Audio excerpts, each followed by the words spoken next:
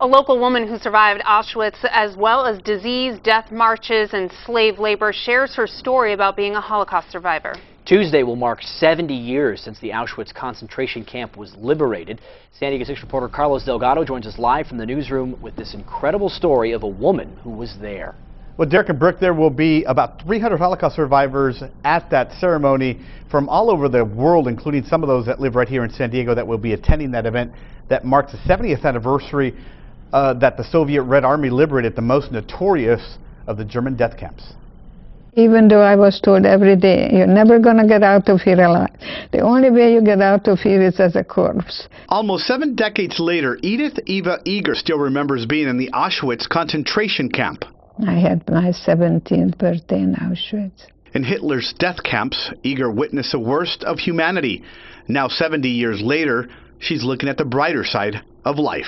I want to have a full life, not to be damaged goods. As a teenager, she was an accomplished ballet dancer and gymnast.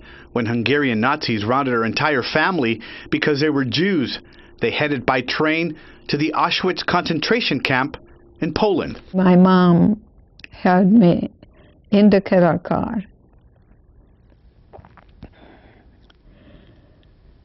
and said, "We don't know where we're going.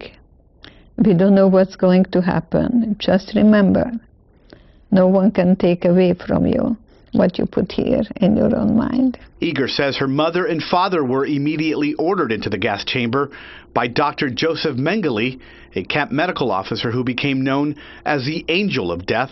Her parents were murdered in the gas chamber, along with hundreds of thousands of other people. But that wasn't Eger's last encounter with one of the Holocaust's worst criminals.